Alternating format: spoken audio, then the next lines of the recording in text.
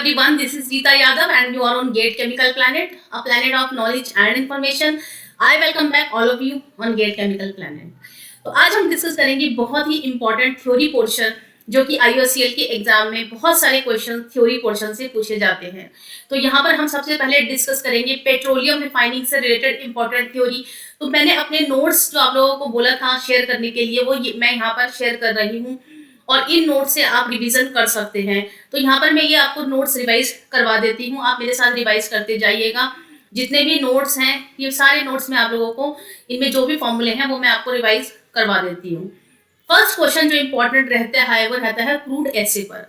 Crude एसे की क्या property होती है, क्रूड एसे हमें क्या इंडिकेशन देता है।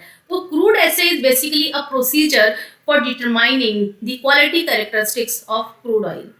क्रूड एसे एक डिटेल डेटा रहता है उस क्रूड ऑयल के बारे में, उसमें सारा ही क्रूड ऑयल से रिलेटेड डेटा रहता है, डिस्टिलेशन कर्व रहते हैं, ईबीपी कर्व रहता है और बहुत सारी important information, boiling point ranges से रिलेटेड इंपॉर्टेंट इंफॉर्मेशन उस पर्टिकुलर क्रूड ऑयल के बारे में क्रूड एसे में रहती है।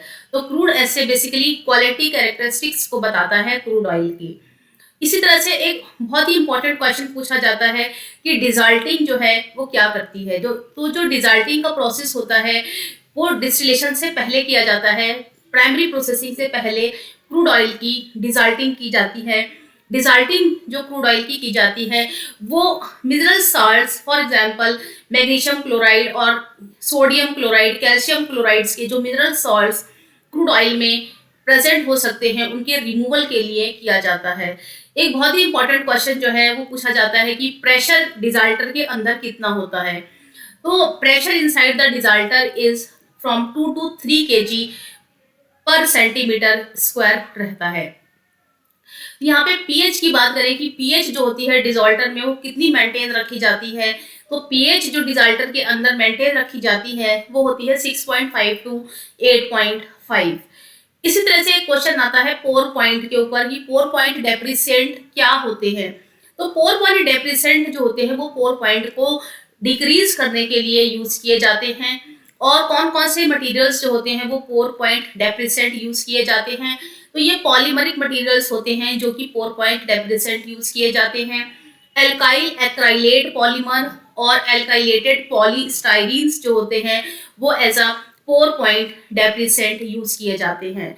अगर हम मिडल ईस्ट की क्रूड ऑयल की बात करें तो उसका जो पोर पॉइंट होता है वो 0 डिग्री सेल्सियस होता है और उसका जो वैक्स कंटेंट होता है इट इज अप टू 7%। तो कई बार पोर पॉइंट पूछ लिया जाता है कि मिडल ईस्ट की क्रूड ऑयल का जो पोर पॉइंट होता है उसका बॉइलिंग रेंज कितना रहता है, या वैक्स कंटेंट पूछ लिया जाता है कि मिडल ईस्ट की क्रूड ऑयल का वैक्स कंटेंट कितना रहता है।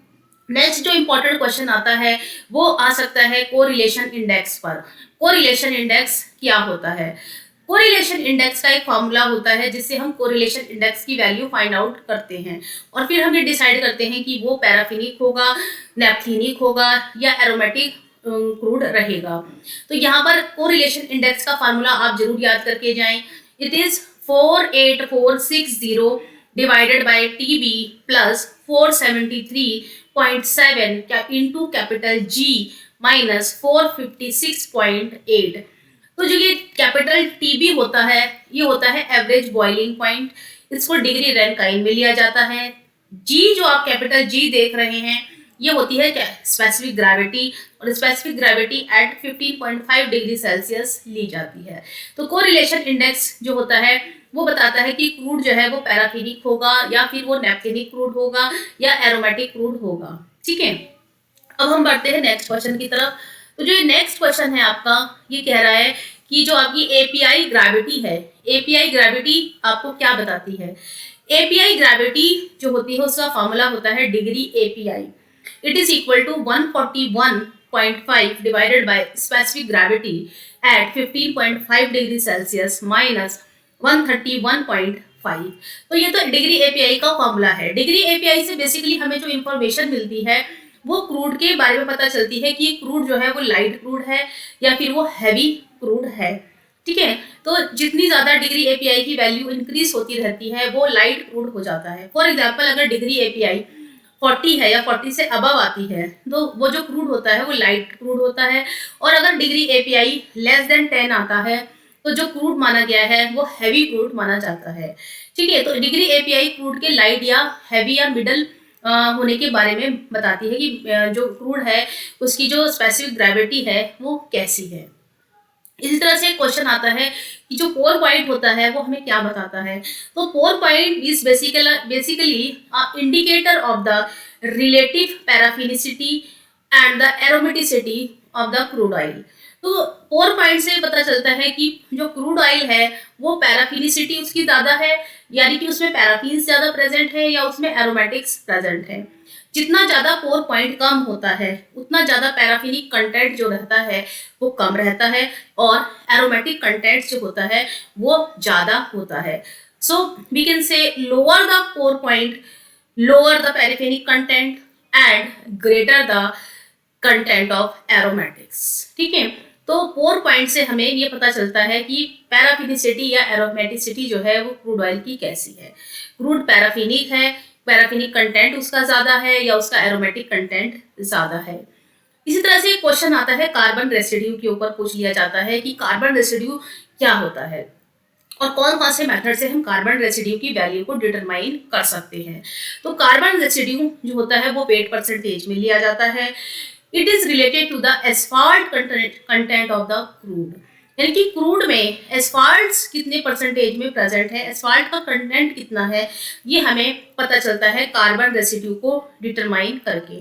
जितना ज़्यादा कम आता है कार्बन रेसिड्यू आपका, उतना ही जो क्रूड होता है वो अच्छा माना जाता है, मोर वैल्यूएबल माना जाता है। Lower the carbon residue the more valuable the crude is. So the carbon residue is determined by two methods. First is the ram bottom method, जिसको हम RCR method बोलते हैं। सेकेंड मेथड जिससे हम carbon residue को determine करते हैं वो होता है कॉनरेडसन कार्बन रेसिड्यू मेथड, जिसको हम CCR मेथड बोलते हैं। Conradson carbon residue method, CCR method.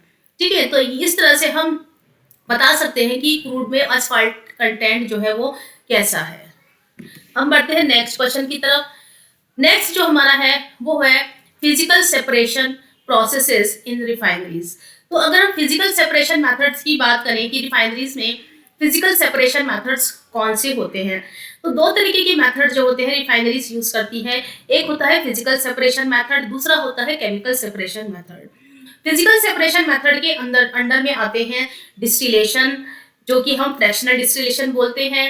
दूसरा आता है हमारा solvent extraction method, propane deasphalting method, जिसको हम सॉल्वेंट डी एस्फाल्टिंग भी बोलते हैं, या सॉल्वेंट डी वैक्सिंग मेथड होता है, और एक होता है ब्लेंडिंग। तो ये जितने भी मेथड्स हैं, एक बार मैं आपको दोबारा से इनके नाम बता देती हूँ। सॉल्वेंट एक्सट्रैक्शन मेथड या सॉल्वेंट डी एस्फाल्टिंग, सॉल्वेंट डी एस्फाल्टिंग को हम प्रोपेन डी एस्फाल्टिंग भी बोलते हैं, सॉल्वेंट डी वैक्सिंग मेथड और ब्लेंडिंग। ये सारे ही फिजिकल सेपरेशन मेथड्स हैं जो कि रिफाइनरीज में यूज किए जाते हैं।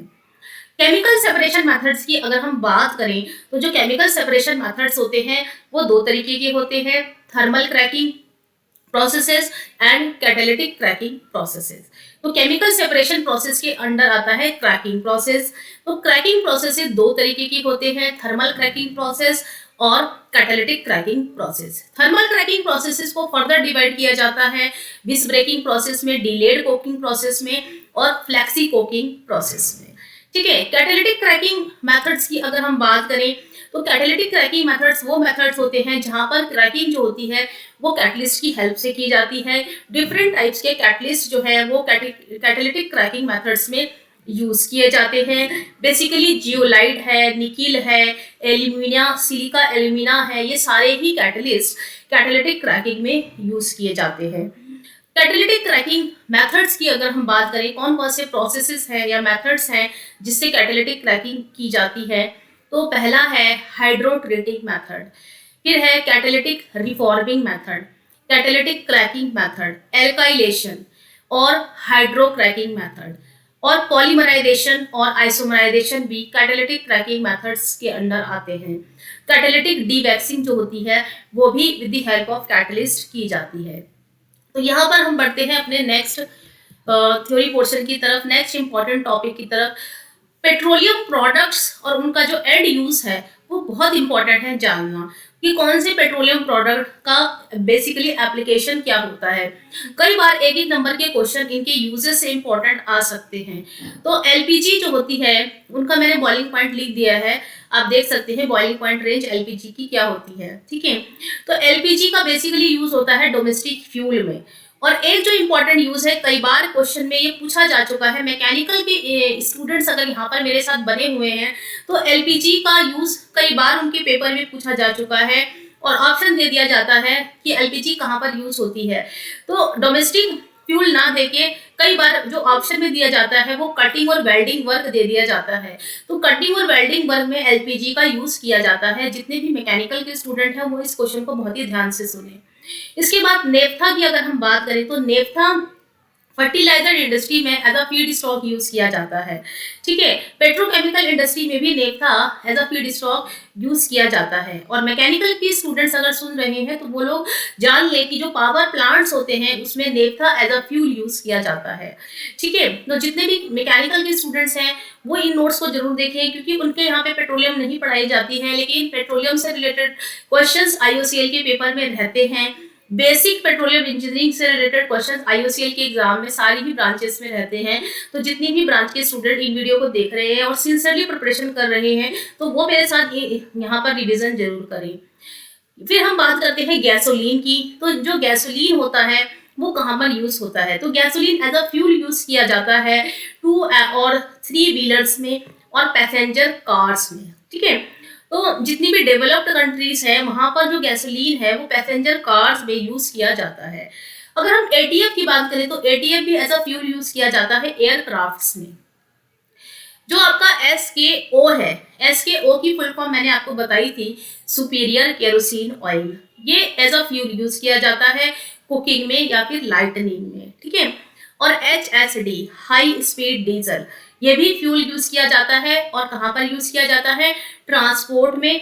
और मैकेनिकल के स्टूडेंट्स इस क्वेश्चन को ध्यान से देखिए कि हाई स्पीड डीजल का यूज कैप्टिव पावर जनरेशन में होता है। तो जो कैप्टिव पावर प्लांट्स होते हैं उसमें पावर जनरेशन के लिए जो फ्यूल यूज किया जाता है वो हाई स्पीड डीजल होता है। इसी तरह से अगर हम बिटुमन का एप्लीकेशन देखें तो बिटुमन कहाँ पे यूज किया जाता है, सरफेसिंग ऑफ रोड की जो सरफेसिंग की जाती है वहां पर बिटुमन यूज किया जाता है। इसी तरह से ल्यूब्स के बारे में देखें कि ल्यूब्स का क्या एप्लीकेशन होता है, तो जो ल्यूब्स होते हैं उनका इंडस्ट्रियल एप्लीकेशंस होता है। इसी तरह से अगर हम बात करें कि जो पेट्रोलियम कोक होता है उसका यूज कहाँ पे किया जाता है, तो पेट्रोलियम कोक का यूज किया जाता है इलेक्ट्रोड्स को बनाने में। ठीक है, तो ये बहुत सारे क्वेश्चंस हैं जो एप्लीकेशन बेस्ड पूछ लिए जाते हैं कई बार एग्जाम में, आप लोगों को इससे रिलेटेड सारा आइडिया होना चाहिए। इसी तरह से अब हम बात करते हैं कि जो डिस्टिलेशन है जिसको हम फ्रैक्शनल डिस्टिलेशन बोलते हैं रिफाइनरीज में, वो कितने टाइप्स का होता है। ठीक है, तो एक होता है प्राइमरी डिस्टिलेशन। ठीक है, प्राइमरी डिस्टिलेशन में हमारे दो तरीके के कॉलम्स यूज किए जाते हैं, एटमॉस्फेरिक डिस्टिलेशन कॉलम और वैक्यूम डिस्टिलेशन कॉलम। तो प्राइमरी सेपरेशन को ही हम प्राइमरी डिस्टिलेशन प्रोसेस भी बोलते हैं, प्राइमरी सेपरेशन बोलते हैं, या फिर प्राइमरी सेपरेशन को ही हम टॉपिंग ऑफ क्रूड ऑयल भी बोलते हैं। और ये जो प्राइमरी सेपरेशन किया जाता है ये एटमॉस्फेरिक डिस्टिलेशन में किया जाता है और अंडर एटमॉस्फेरिक प्रेशर किया जाता है। प्राइमरी डिस्टिलेशन में जो रेसिड्यू होता है जिसको हम बॉटम भी बोलते हैं, इस रेसिड्यू को हम फर्दर डिस्टिल करते हैं और इस रेसिड्यू को हम फर्दर वैक्यूम की हेल्प से करते हैं, अंडर वैक्यूम करते हैं और वीडियो में हम इसको फर्दर डिस्टिल करते हैं। वीडियो की फुल फॉर्म है वैक्यूम डिस्टिलेशन यूनिट। तो जो भी हमारा एटमॉस्फेरिक कॉलम का रेसिड्यू होता है जिसको हम बॉटम ऑफ द एडीयू भी बोलते हैं, उसको हम फर्दर डिस्टिल करते हैं वीडियो में अंडर वैक्यूम। अंडर वैक्यूम हम इसलिए करते हैं क्योंकि अगर हम हाई टेम्परेचर पर करेंगे जो रेसिड्यू को क्रैक करेंगे तो क्या होगा कि हॉट स्पॉट आने के चांसेस रहते हैं, आपकी जो क्रैकिंग होती है रेसिड्यूज की वो हो जाती है और जो आपके वैल्यूबल आपको प्रोडक्ट्स चाहिए होते हैं वो आपको नहीं मिल पाते। तो इसीलिए जो क्रैकिंग की जाती है यहाँ पर वो अंडर वैक्यूम की जाती है और लो टेम्परेचर पर की जाती है। ठीक है, इसी तरह से अगर हम मैक्सिमम टेम्परेचर की बात करें, crude can heated without cracking in primary distillation, तो यहाँ पे जो मैक्सिमम टेम्परेचर है वो 370 डिग्री तक रहता है, और बहुत अगर मैक्सिमम जाता है depending on the type of crude तो वो 400 डिग्री सेल्सियस तक जाता है। टिपिकल डायमेंशंस की अगर हम बात करें कि डिस्टिलेशन कॉलम की टिपिकल डायमेंशंस कितनी रहती हैं, तो जो डायामीटर रहती है कॉलम की वो 3 मीटर रहती है। हाइट ऑफ कॉलम की अगर हम बात करें तो 30 मीटर तक की हाइट जो रहती है कॉलम की। प्लेट की जो स्पेसिंग होती है, क्योंकि जो डिस्टिलेशन कॉलम होता है उसमें प्लेट्स लगी रहती हैं या ट्रेस लगी रहती हैं, तो उन ट्रेस का जो स्पेसिंग रहती है वो रहती है 0.55 मीटर। इस तरह से क्वेश्चन आता है कि जो एडीयू रहता है उसमें कितना प्रेशर रहता है। तो जो एडीयू में प्रेशर मेंटेन किया जाता है अप्रोक्सीमेटली स्लाइटली अबव 1 एटमॉस्फेयर किया जाता है, और अगर 1 एटमॉस्फेयर भी दिया है क्वेश्चन में तो आप 1 एटमॉस्फेयर को ही चूज करेंगे। यदि आपके क्वेश्चन में दिया है कि एडीयू में प्रेशर कितना रहता है और वहां पर 1 एटमॉस्फेयर भी है और स्लाइटली 1 एटमॉस्फेयर भी है, तब आप स्लाइटली 1 एटमॉस्फेयर सेलेक्ट करेंगे, क्योंकि थोड़ा सा एक एटमॉस्फेयर से थोड़ा सा ज़्यादा टेम्परेचर जो एटमॉस्फेरिक प्रेशर होता है वो एडीयू में रहता है। प्रेशर की अगर हम बात करें कि प्रेशर जो होता है वो वीडियो में कितना रहता है, तो जो वीडियो होता है क्योंकि वो अंडर वैक्यूम हैंडल किया जाता है, तो वैक्यूम का जो प्रेशर क्रिएट किया जाता है वीडियो में, जो वैक्यूम क्रिएट किया जाता है वो जेट इजेक्टर से किया जाता है, और 80 से लेकर 110 mmHg एब्सोल्यूट प्रेशर जो है वो यहाँ पर रहता है वीडियो में। और जेट इजेक्टर को हम बैरोमीटर कंडेंसर भी बोलते हैं, इसे बोलते हैं जेट इजेक्टर और बैरोमीट्रिक कंडेंसर। और ये जो यूज किया जाता है it is use to create the vacuum in vacuum distillation unit. तो यहाँ पर जितने भी क्वेश्चंस हैं, एक एक नंबर के क्वेश्चन कई बार एग्जाम में पूछे जा चुके हैं। चाहे आप कोई भी कॉम्पिटेटिव एग्जाम की तैयारी करते हैं, आप इन नोट्स को हमेशा रिवाइज करके जाएं।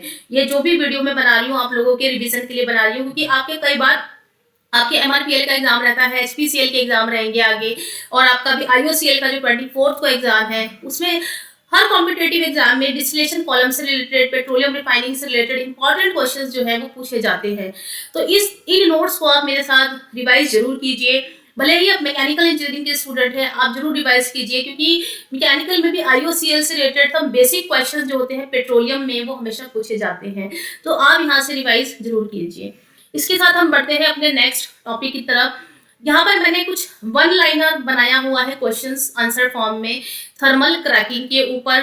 तो थर्मल क्रैकिंग अब हम डिस्कस कर लेते हैं। जो थर्मल क्रैकिंग है, बेसिकली जो क्रैकिंग है वो एक सेकेंडरी कन्वर्जन प्रोसेस होता है। जैसा कि मैंने आपको बताया कि जो प्राइमरी कन्वर्जन प्रोसेस होता है उसमें हमारा आता है बेसिकली फ्रैक्शनल डिस्टिलेशन, जिसमें हम जब हम डिस्टिलेशन करते हैं, जो सेपरेशन करते हैं, वो हम 2 स्टेप में सेपरेशन होती है, एक होता है एडीयू और एक होता है वीडीयू।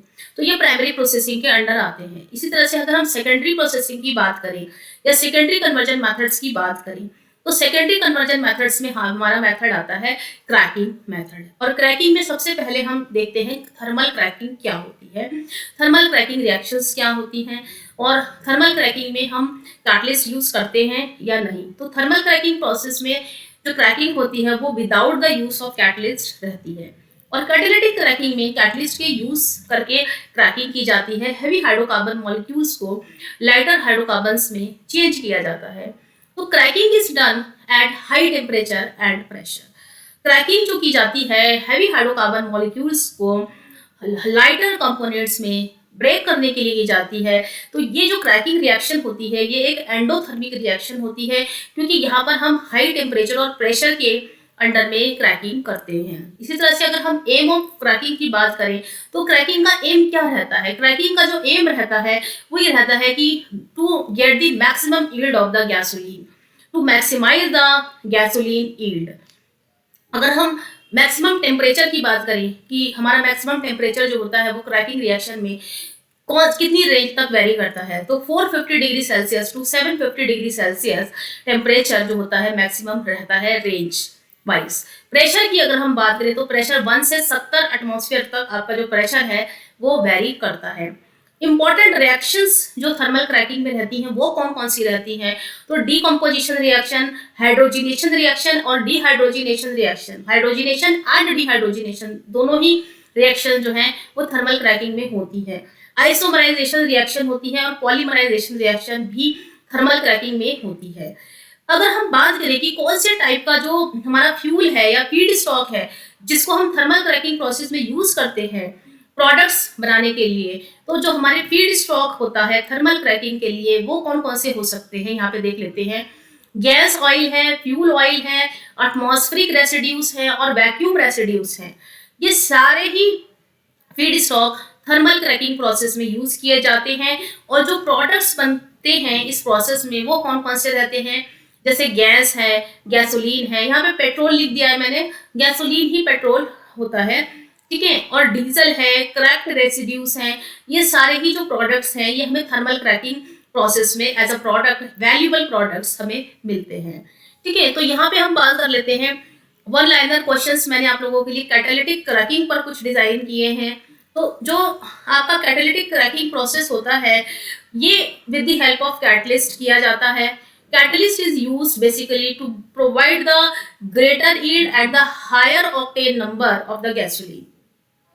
तो गैसोलीन तो हमें थर्मल क्रैकिंग प्रोसेस में भी मिलता है, लेकिन जब हम कैटलिस्ट यूज करते हैं कैटालिटिक क्रैकिंग प्रोसेस में तो जो गैसोलीन हमें मिलता है उसका जो ऑक्टेन नंबर होता है वो इम्प्रूव कर जाता है। जो ऑक्टेन नंबर है उसका हायर मिलता है हमें in catalytic cracking process as compare to thermal cracking process. तो जो कैटलिस्ट यूज किए जाते हैं इस प्रोसेस में बेसिकली वो जो कैटलिस्ट होते हैं they are in the form of powder, beads और पैलेट्स। या तो जो कैटलिस्ट होंगे वो पाउडर की फॉर्म में होंगे, बीड्स की फॉर्म में होंगे या फिर वो पैलेट्स की फॉर्म में रहते हैं। मेन टाइप्स के कौन कौन से कैटलिस्ट कैटालिटिक क्रैकिंग प्रोसेस में यूज किए जाते हैं, तो जो मेन कैटलिस्ट यूज किए जाते हैं कैटालिटिक क्रैकिंग प्रोसेस में वो रहते हैं silica, alumina, natural clays, zeolite, platinum, nickel और एल्यूमिनियम क्लोराइड, ठीक है। ये सारे ही कैटलिस्ट जो हैं आपके, और भी बहुत सारे कैटलिस्ट हैं यहाँ पर जो कि कैटालिटिक क्रैकिंग में यूज किए जाते हैं। अगर हम फीड स्टॉक की बात करें कि कैटालिटिक क्रैकिंग में फीड स्टॉक क्या रहता है, तो फ्यूल ऑयल हो गया, गैस ऑयल हो गया, लुब्रिकेटिंग ऑयल हो गया, एटमॉस्फेरिक और वैक्यूम और क्रैक रेसिड्यूज हो गए। ये सारे फीड स्टॉक यूज किए जाते हैं कैटालिटिक क्रैकिंग प्रोसेस में।